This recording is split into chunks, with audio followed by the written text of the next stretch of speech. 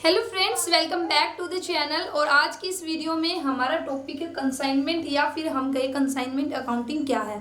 तो जो आपका ये कंसाइनमेंट है, यहाँ से मे भी हो सकता है कि भी एक क्वेश्चन आपको देखने को मिल जाए। तो जो हमारे इंपॉर्टेंट पॉइंट्स रहेंगे उन्हीं को मैं आपको यहाँ पे बताऊंगी। तो चलिए फिर स्टार्ट करते हैं। और स्टार्ट करने से पहले अगर आप लोगों को वीडियो अच्छी लगती है तो वीडियो को लाइक जरूर कीजिए और चैनल को सब्सक्राइब कर लीजिए।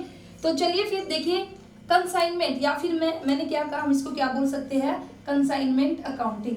तो कंसाइनमेंट अकाउंटिंग बेसिकली क्या है, कंसाइनमेंट बेसिकली क्या है, ये आपका वे है of indirect selling through a third party. यहाँ पे हम बेसिकली क्या करते हैं, जो गुड्स है गुड्स को ही हम सेल करेंगे, लेकिन एक इनडायरेक्ट वे में करेंगे। किसी थर्ड पर्सन का यूज करके हम क्या करेंगे, जो गुड्स है उसको सेल करेंगे। Third person in the sense कि भी एजेंट्स के थ्रू हम क्या करते हैं, जो गुड्स है उसको हम क्या करते हैं, सेल आउट करते हैं। और जब भी हम कंसाइनमेंट की बात करेंगे तो इसके अंदर दो पार्टीज आएगी, ठीक है, टू पार्टीज होगी इसके अंदर। दो पार्टीज हमारी कौन कौन सी, एक होगा हमारा कंसाइनर, मैं पूरा डिटेल में भी आपको बताऊंगी, और एक होगा हमारा कंसाइनी। ठीक है, कंसाइनर बेसिकली कौन होगा, जो कि ओनर होगा गुड्स का, जो गुड्स को बेचना चाहता है। और कंसाइनी कौन होगा भी, जो गुड्स को बेचेगा, मतलब कि ये क्या हो जाएगा, एजेंट। तो चलिए फिर एक बार डेफिनेशन देखते हैं कंसाइनमेंट की क्या डेफिनेशन है। तो ध्यान से देखिए, consignment is a business model. ये क्या है, एक बिजनेस मॉडल है इन विच, जिसके अंदर goods are send by the owner या फिर प्रिंसिपल। जो कंसाइनर है, ठीक है, जो उसको ओनर भी बोलते हैं, प्रिंसिपल भी बोलते हैं, या फिर कंसाइनर भी। तो ये आपका एक ऐसा बिजनेस मॉडल है जिसके अंदर जो गुड्स है उसको सेंड किया जाएगा किसके द्वारा, जो ओनर होगा उसके द्वारा किसको सेंड किया जाएगा, टू हिज एजेंट, उसके एजेंट को। और एजेंट को क्यों सेंड किया है, फॉर द सेल, सेल के लिए, कि ले भाई एजेंट आपके पास गुड्स आ चुका है, अब आपको क्या करना है, जो गुड्स है उसको सेल करना है। And the person to whom goods is send, और जो पर्सन जिसको हमने गुड्स भेजा, हमने मीन्स जो ओनर है, जिस पर्सन को ओनर ने गुड्स सेंड किया है, सेल्स द गुड्स, वह गुड्स को बेच देगा ऑन द बिहाफ, किसके बिहाफ पे, जो प्रिंसिपल है, जो ओनर है, जो कंसाइनर है, उसके बिहाफ पे एजेंट क्या करेगा, जो गुड्स है उसको बेच देगा at the risk of his principal. और सारा का सारा रिस्क किसका रहेगा, जो प्रिंसिपल है। तो प्रिंसिपल का मतलब मैंने क्या बार बार बता रही हूँ मैं, जो ओनर है, जिसका गुड्स है। फॉर एग्जाम्पल मैं ओनर हूँ, मुझे अपना गुड्स बेचना। अब देखिए, हर जगह तो मैं जाके नहीं बेच सकती गुड्स से। ऑल ओवर इंडिया अगर मैं चाहती हूँ मेरा गुड्स बिके, तो वहाँ पे मैं एजेंट्स की हेल्प लूँगी। तो अब जो मैं ओनर हूँ, तो मैं अपना गुड्स एजेंट्स को भेज दूंगी और उनसे कहूँगी कि भाई आप मेरा गुड्स मेरे बिहाफ पे बेचिए, मेरे बिहाफ पे वे गुड्स बेचेंगे, और उसके बदले मैं उनको क्या दूंगी, commission. Consignee is provided commission. तो कंसाइनी मैंने किसको बताया, कंसाइनी कौन है, जो एजेंट है, जो गुड्स को बेचेगा, उसको क्या मिलेगा इसके बदले, कमीशन फॉर हिज सर्विस। जो एजेंट, जो कंसाइनी जो सर्विस हमें दे रहा है, उसके बदले उसको क्या मिलेगा, कमीशन। तो यहाँ पे टर्म्स एंड कंडीशन एग्रीमेंट एक तरह से पहले होगा कि भाई किस तरह से आपको कमीशन दिया जाएगा। तो ये बेसिकली हमारा क्या कहलाएगा, कंसाइनमेंट। ठीक है, तो यहाँ पे एक तरह से consignment is an arrangement in which goods are left in the position of the authorised third party. तो यहाँ पे थर्ड पार्टी के पास से हमारा गुड्स जा चुका है, उसके पोजीशन में है, बट जो ओनर है ना, ओनर हमारा कौन है, जो कंसाइनर है, ठीक है, जो मालिक है, ओनरशिप उसी के पास ही एक बेसिकली यहाँ पे रहती है। तो ये बात आपको याद रखनी है। और इसके बदले में जैसे कि मैंने आपको बता दिया, जो कंसाइनी होगा या एजेंट है जो, वो उसको क्या मिलेगा, इस सर्विस को देने के बदले में कमीशन उसको मिलेगा। तो ये है आपका मीनिंग किसका, कंसाइनमेंट का।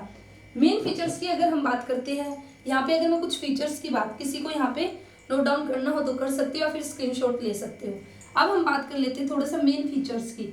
अगर आपने मीनिंग कर लिया ना, तो मीनिंग में से आपके मेन फीचर्स निकल के आ जाएंगे, और मोस्ट प्रोबेबली यहीं से आपका हल्का फुल्का क्वेश्चन पूछ लिया जाएगा। ठीक है, शायद ज़्यादा डिटेल में क्वेश्चन ना आए, ठीक है। और अगर आपको डिटेल में करना है तो भाई पूरा आपका बीकॉम फर्स्ट ईयर के अंदर आपका ये पूरा चैप्टर गिवन है, तो आप डिटेल में भी कर सकते हो। तो अगर मैं फीचर्स की बात करती हूँ, तो सबसे पहले यहाँ पे जो कंसाइनर है, तो कंसाइनर कौन है, क्या बताया मैंने, कंसाइनर कौन होगा, ओनर या फिर जो मालिक है, ठीक है, या फिर इसको हम क्या बोलते हैं, प्रिंसिपल भी हम इसको बोलते हैं। और एक इसमें कौन है, कंसाइनी, ठीक है, कंसाइनी। कंसाइनी कौन है, जो भी सामान बेचेगा, किसके बिहाफ पे, कंसाइनर के बिहाफ पे। इट मीन्स ये क्या है, एजेंट। तो फर्स्ट प्रिंसिपल तो हमारा यही निकल के आया क्या, कि the relationship between the consignor and the consignee is that of the principal and agent relationship. तो इनके बीच में कैसा रिलेशन है, प्रिंसिपल और एजेंट का रिलेशनशिप है। क्वेश्चन यहाँ से बन सकता है कि भी किस अकाउंटिंग के अंदर जो ओनर है उन और जो भी जो आपका सामान बेचेगा, या फिर ऐसे ही बोल दिया जाए कंसाइनर और कंसाइनी के बीच में क्या रिलेशनशिप है। तो 4 ऑप्शन आपको मिलेंगे, उसमें से एक ऑप्शन मिलेगा प्रिंसिपल और एजेंट का। तो आप इजीली आंसर कर दोगे कि भी प्रिंसिपल एंड एजेंट रिलेशनशिप है किसके बीच में कंसाइनर एंड कंसाइनी के बीच में। ठीक है, अब यहाँ पे जो ओनरशिप है ओनरशिप ऑफ गुड्स वो किसके पास रहेगी, ओनरशिप ऑफ गुड्स रहेगी कंसाइनर के पास ही। ठीक है, ओनर तो भी कौन रहेगा, कंसाइनर ही रहेगा उसका।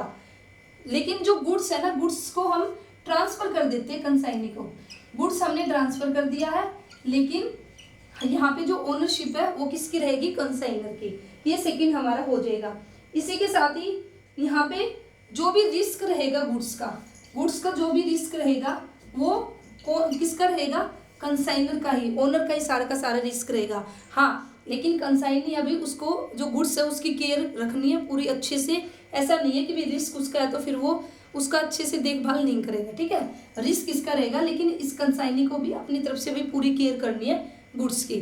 नेक्स्ट यहाँ पे अगर मैं कहूँ तो यहाँ पे अगर कोई भी डैमेज होगा, लॉस होगा, ठीक है, कोई भी गुड्स का अगर क्या हो गया, डैमेज हो गया या फिर लॉस हो गया, तो उसको कौन बियर करेगा, उसको बियर करेगा कंसाइनर ही उसको बियर करेगा। क्योंकि अभी अभी हमने क्या बात की कि भी रिस्क वो किसका रहेगा, जो कंसाइनर है उसी का रहेगा। ठीक है, इसी के साथ ही तो जो भी यहाँ पे अनसोल्ड अगर सामान बिक गया तो ठीक है, अगर जो भी हमारा अनसोल्ड गुड्स रह जाएगा तो वह वापस से लास्ट में कंसाइनी, अगर भी मार्केट में अगर वो सेल नहीं हुआ तो लास्ट में फिर कंसाइनी क्या करेगा, एजेंट क्या करेगा, उस गुड्स को कंसाइनर के पास भेज देगा। तो ये है बेसिकली फीचर्स है। अब हम बात कर लेते हैं कुछ इंपॉर्टेंट टर्म्स है जो कि इसके अंदर यूज की जाती है और यहाँ से क्वेश्चन बन सकता है। तो फर्स्ट तो टर्म्स ये कंसाइनर कौन है, ये मैंने आपको बता ही दिया है। ठीक है, कंसाइनर कौन है, the person who sends the goods to the agent, the person who sends the goods, जो पर्सन गुड्स भेजता है किसके पास, कंसाइनी के पास। It means the owner of the goods is called consignor. और कंसाइनी कौन है कि भी एजेंट है जो कि कंसाइनर के बिहाफ पे क्या करेगा, गुड्स को सेल आउट करेगा। तो ये तो मीनिंग हो गया, ये मैंने आपको बता दिया। इसी के साथ ही एक टर्म है प्रोफॉर्मा इनवॉइस, प्रोफॉर्मा इनवॉइस। अब ये बेसिकली क्या है, ये आपकी एक स्टेटमेंट होती है, स्टेटमेंट या फिर फॉरवर्ड लेटर भी हम इसको बोलते हैं। ठीक है, तो ये स्टेटमेंट किसकी है कि भी जो कंसाइनर ने जो गुड्स किसको भेजा, कंसाइनर को भेजा, उसके रिगार्डिंग सारी की सारी डिटेल इसके अंदर होगी कि भाई क्या कितनी क्वांटिटी भेजी है कंसाइनर ने, कौन सी क्वालिटी का माल है, ठीक है, क्या प्राइस है। तो इस तरह से पूरी डिटेल इसके अंदर होगी, डिटेल, ठीक है, डिटेल होगी किसके अंदर, जो एक स्टेटमेंट होगी और उसको नाम दे दिया प्रोफॉर्मा इनवॉइस। ऐसा क्यों, ये क्यों आप जो प्रोफॉर्मा इनवॉइस है इसका यूज क्यों किया जाता है, कंसाइनर ने गुड्स भेज दिया कंसाइनी को, मे बी अगर यहाँ पे अगर वह एक स्टेटमेंट नहीं भेजता, प्रोफॉर्मा इनवॉइस नहीं भेजता, तो मे बी वही कंसाइनर तो कहे कि मैंने तो 100 यूनिट्स भेजी है, ठीक है, कंसाइनी बोल दे नहीं आपने तो 80 यूनिट्स ही भेजी है। तो इस डिस्प्यूट से इस तरह के सिचुएशन क्रिएट ना हो, इसलिए एक प्रोफॉर्मा इनवॉइस पहले से ही बनाकर जो कंसाइनर है वो कंसाइनी को सेंड करता है कि भाई इतना गुड्स आएगा, इतनी क्वांटिटी में आएगा, इस क्वालिटी का आएगा, ये प्राइस रहेगा। तो उसी को बेसिकली क्या बोलते हैं, प्रोफॉर्मा इनवॉइस। तो it is a statement or forward letter containing the details of the goods consigned, जो गुड्स हमने कंसाइन किया है उसकी सारी की सारी डिटेल किसके अंदर रहेगी, जो प्रोफॉर्मा इनवॉइस है इसके अंदर। ठीक है, नेक्स्ट यहाँ पे अब कमीशन की बात करेंगे हम। जैसे कि हमने स्टार्टिंग में बात की थी कि जो कंसाइनी होगा उसको क्या मिलेगा, कमीशन मिलता है। ठीक है, तो कमीशन उसको 2 तरह से मिलेगा। तो कमीशन तो मैंने आपको बता ही दिया था स्टार्टिंग में, कमीशन जो भी एग्रीमेंट होगा उसके बेस पे उनको कमीशन मिलेगा। तो यहाँ पे अगर मैं कमीशन की बात करती हूँ तो कमीशन का मतलब क्या है कि जो फीस कंसाइनर देगा कंसाइनी को सेल ऑफ द गुड्स, ठीक है, कि भाई आप मेरे गुड्स को सेल आउट कीजिए और उसके बदले में आपको ये फीस दूंगा। तो ये कैसे भी डिसाइड हो सकता है, ये भी सेल पे डिपेंड कर सकता है कि कितनी आप सेल करोगे, उसके अकॉर्डिंग आपका कमीशन डिसाइड हो सकता है। तो ये तो हमारा कहलाएगा नॉर्मल कमीशन या फिर ऑर्डिनरी कमीशन। ठीक है, जस्ट भाई आप मेरा गुड्स है उसको सेल कीजिए, सेल ऑफ गुड्स कीजिए, और आपको क्या मिलेगा, कमीशन मिलेगा। ये तो हमारा एक नॉर्मल हमारा क्या है, कमीशन है, जो कि कंसाइनी को मिलता है। यहाँ पे एक टर्म और है, क्या, over riding commission. Over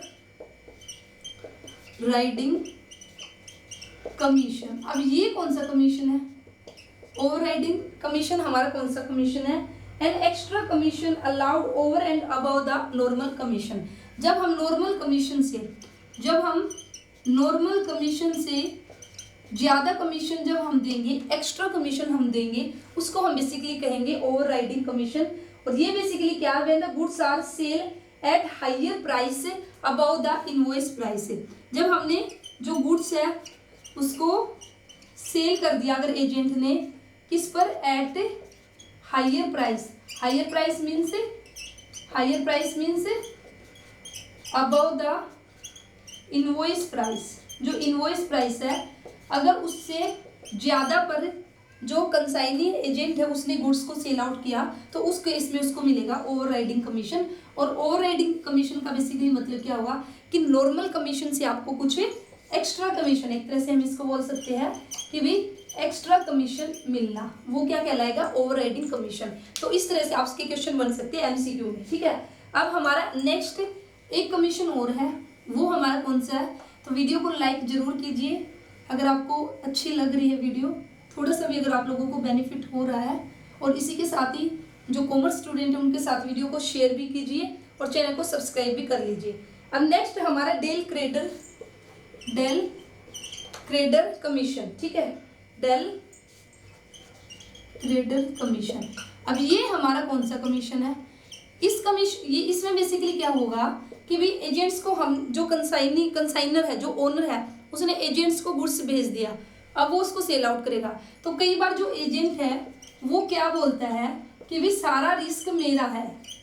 risk किसका है, मेरा है किसका, एजेंट का। ठीक है, अगर बाई चांस से मैं अगर क्रेडिट में सेल करूंगा, ये बेसिकली तभी होगा आपका जब मैं क्रेडिट में सेल करूंगा। अगर बैड डेट हुआ, ठीक है, तो वो किसका होगा, एजेंट का ही होगा। या यहाँ पे एजेंट एक तरह से बोलता है कि भाई ये मेरी रिस्पॉन्सिबिलिटी है कि जो डेटर है उनसे मैं पैसा कलेक्ट करूंगा। इन केस अगर बैड डेट हुआ तो वो मेरा है। ठीक है, तो उस केस में अब एजेंट है, ऐसे तो कोई नहीं लेगा ना बिना बात, भाई ये ऐसा रिस्क कौन लेगा। तो इसके बदले अब एजेंट क्या बोलेगा कि भाई मुझे थोड़ा ज़्यादा, या फिर से मैं कहूँगी कि भाई वो एक्स्ट्रा कमीशन की क्या करेगा, डिमांड करेगा। तो उसको बेसिकली हम क्या बोलते हैं, डेल क्रेडर कमीशन। ठीक है, an additional commission payable to the consignee for taking over additional responsibility. Agent ने क्या किया, एडिशनल